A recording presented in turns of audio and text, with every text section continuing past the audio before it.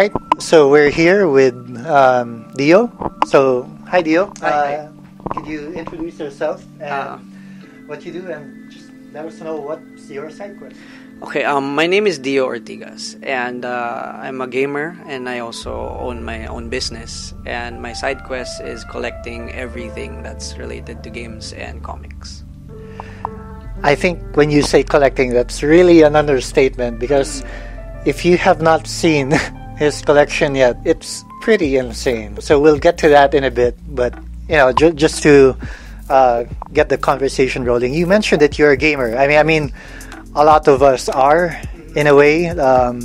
If we enjoy games, right, we're gamers. But how early did you start gaming?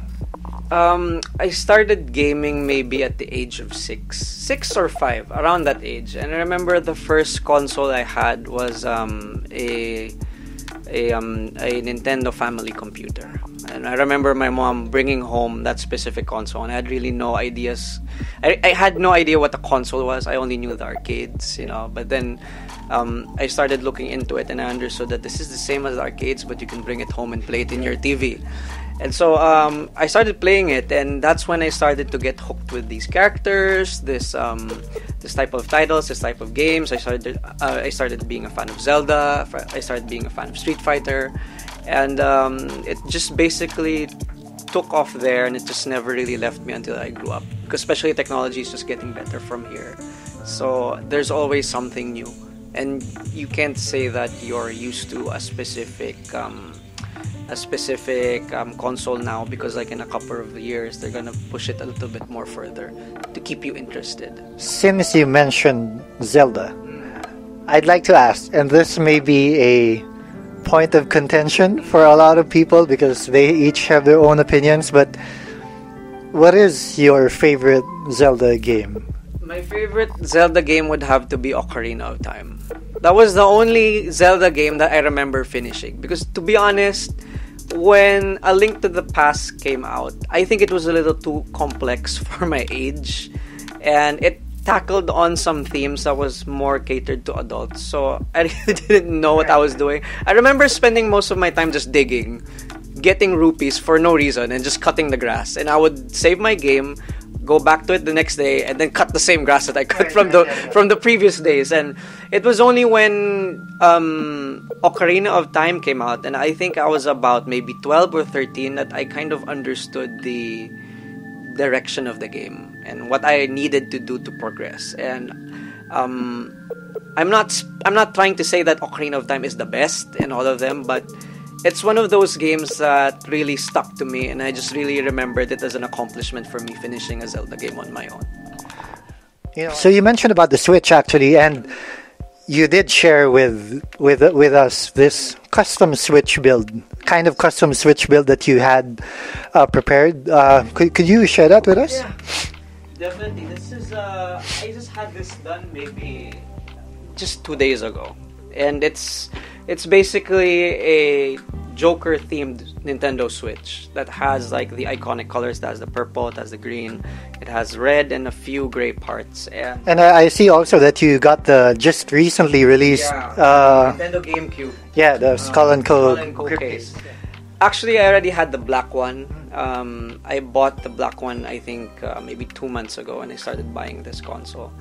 And so when they started announcing that they were bringing out this purple version, more of a homage to the Nintendo GameCube, which I also played when I was younger, the first thing I thought of was this one would make a good Joker-looking case. But then my problem was, okay, but that's just the case. How else are you gonna convince people that it's an actual Joker console? And I'm just lucky enough that Splatoon Joy-Cons came in 2 regions, which had the Splatoon controllers in reverse. I'm not sure which other colors actually follow that trend, but from what I know, it's only the Splatoon Joy-Cons that have the US version inverted from like the Asia and from the Europe. Yeah, because mostly, if you see, he has both the neon greens on both sides. If you do not know much about the controllers, the neon greens only usually come in the left side of the system, so it's pretty hard to find the right hand part. of the Switch to have that color as well. Yeah. And it's such a great idea for like Nintendo to not restrict a specific Joy-Con to work with a specific region. Just if you really think about it, this one is US, the other one is Asia, but they work seamlessly as if they came from the same box. So if you guys are wondering what's it with the Joker that DIO likes so much, you'll see in a bit how extensive his Joker collection also is. So, but going back to games, you mentioned also that you have a PS4 and I assume you also have an Xbox as well. Do you get to spend time with those consoles as much as you'd like to? I mean, you did say that you had a business, and I assume you have to be out and about for most of the day. Usually, when a game comes out and it's multi-platform, I spend like a few hours to think, where do I want to play this game? I don't necessarily play a specific game that's multi-platform in like just for the PC or just for the PS4. I actually check the specs. If the game is more action-based and is a multi-platform game, I prefer playing it on the PC. But if a game is a little bit more casual, I try to play it on the PS4. And if it's a game that really makes me want to resume from where I left off, if it's available on the Switch, I take it with me. I try to find a copy for the Switch, because I know the Nintendo Switch doesn't have graphics like the PS4, let alone the PC. But as cliche as most Switch owners say that portability is it's a force to be reckoned with, it actually is.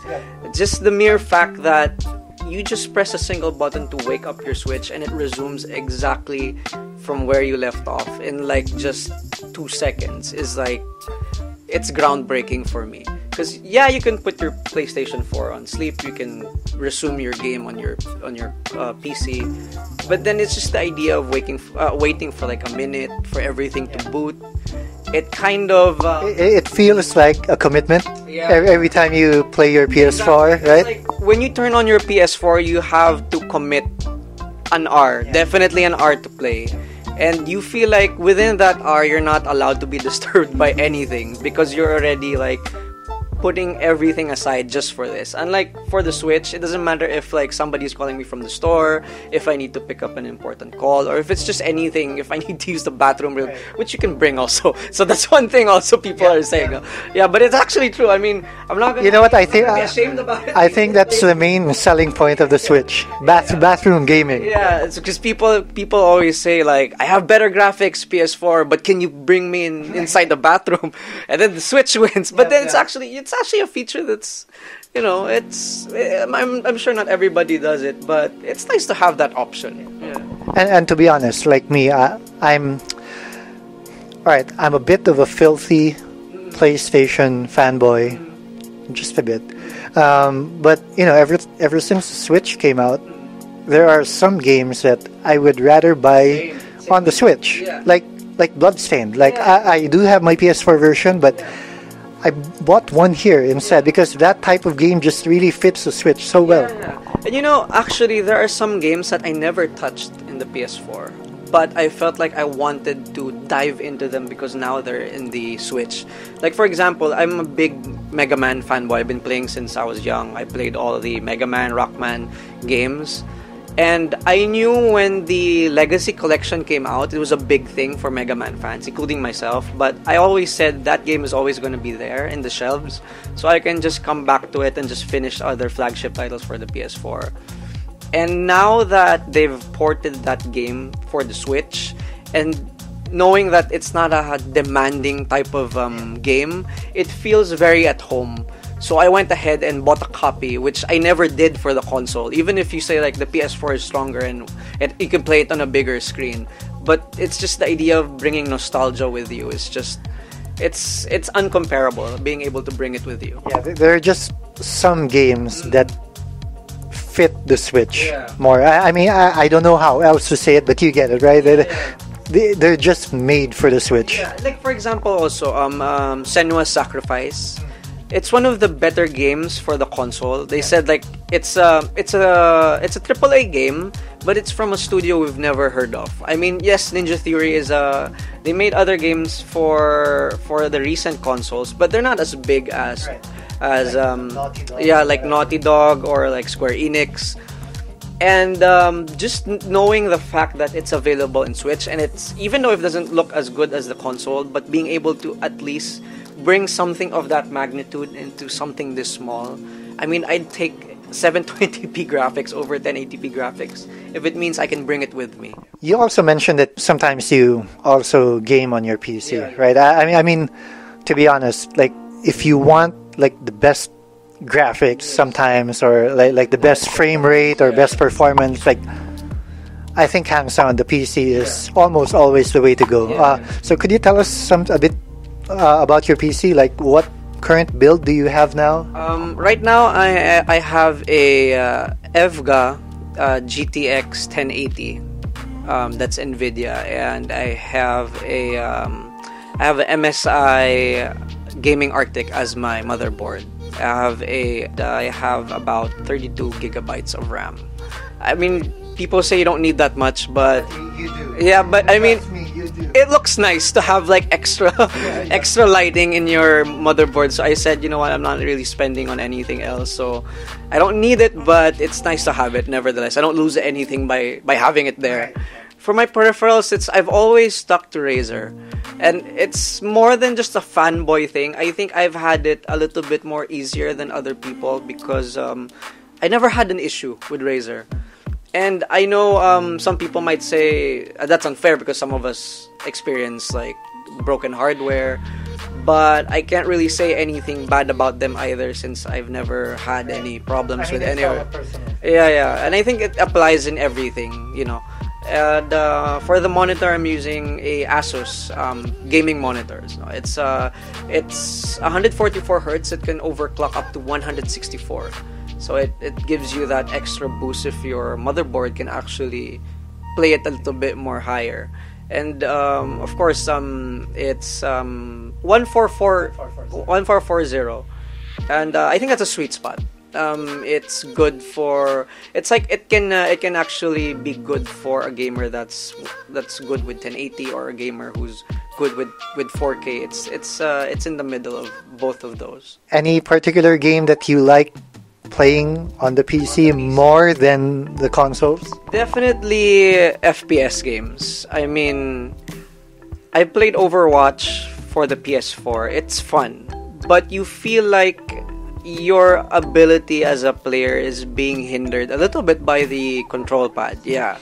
And a mouse and a keyboard is where first-person shooters really shine. I mean, I've never thought of buying a first-person shooter game for the PS4 unless it's like a very story-based casual one.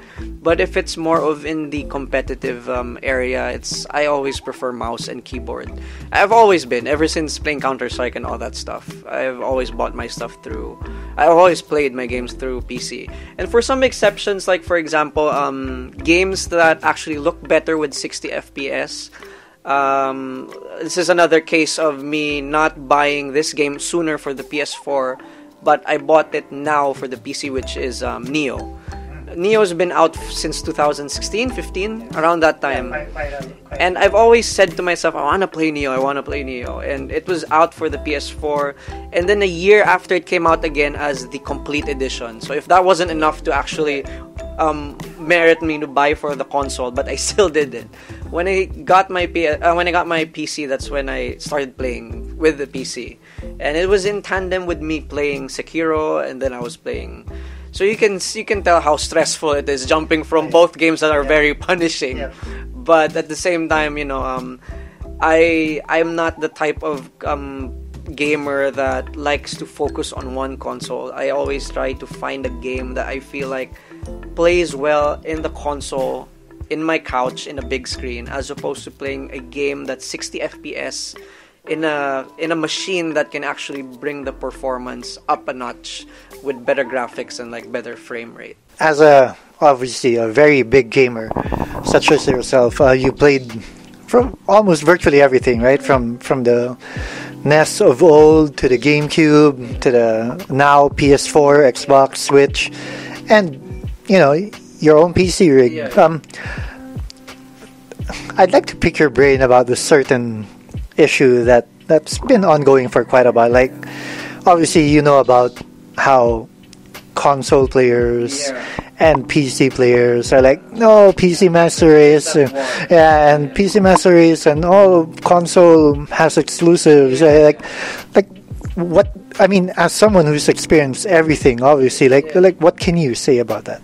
Well, I believe that each console or each gaming machine has its advantages, and it really just depends on the lifestyle of the person. Like, for example, a video editor might want to get into gaming with a PC more than a console because he's able to edit and at the same time spend money on one machine to cover both professions, right? I mean, it's the same rig. Yeah, or it could be somebody who's used to playing RPG, first-person shooter games. They would definitely not spend on a console and play on a gamepad. They would spend more they would invest on a PC to play with a mouse and keyboard. So there are advantages there. And for somebody who's not too technical, somebody who just wants to buy a machine, hook it up to their TV, and then play without having any worries anymore, then that's where the console is best. No, there's always going to be that one thing that sells, that makes you more inclined to one machine besides the other one. But I don't believe that there's one specific console or specific PC that is on top of everything. I feel like each of these brands, Nintendo, Xbox and PlayStation, I just put them together. Nintendo, Xbox, PlayStation, and PC, they are both selling their machines knowing what their strengths are and knowing what their weaknesses are. They fully understand that for PC players, that they don't have the exclusives that Sony has.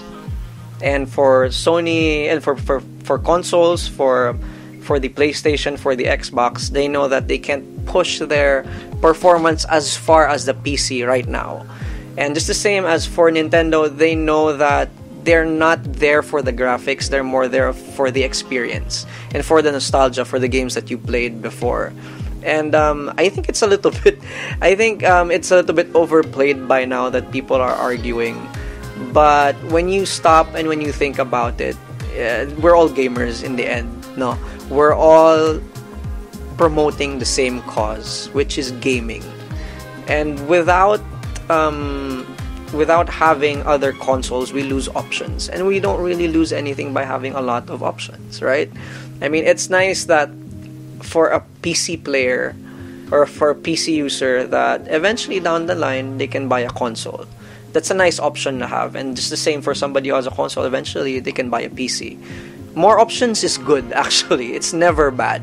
Even if you end up choosing just one, having the opportunity to play on a different machine is always a welcome addition to any gamer. And I think the best thing about what you said about options is that it just gives these companies better competition. And that means they only have to step up their game more in the future, right? For their future consoles. The gamers win because they're always trying to outwit each other.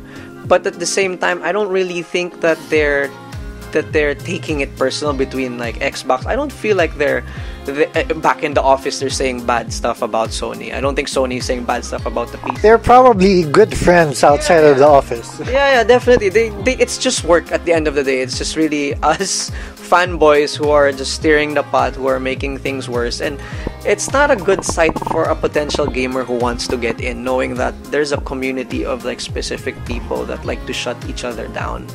You know what I mean? It's just, for me, we came here to game. Let's game, right? I mean, let's not bring any negativity. I mean, that's one reason why we game, is to escape whatever issues we have with real life. If it's a form of stress reliever for us, or if it's just something as simple as a pastime, let's give the PlayStation, let's give the PC, let's give the Nintendo Switch what it was made to do, which is to make us enjoy the games that they have to offer. Coming off of that very wonderful speech, I mean, all I can say is that, he's a gamer, I'm a gamer. I think all of us, in some way or form, are gamers. And, what better way to promote that than, just play. Yeah. We don't have to pull each other down or say bad things about one another. Let's just play and, just enjoy the games that we have. And with that, our first episode of Sidequest ends. Tune in next time for more episodes, and we will look to feature more of gaming people like DIO and like massive collections like this as well in future episodes. So keep it locked in.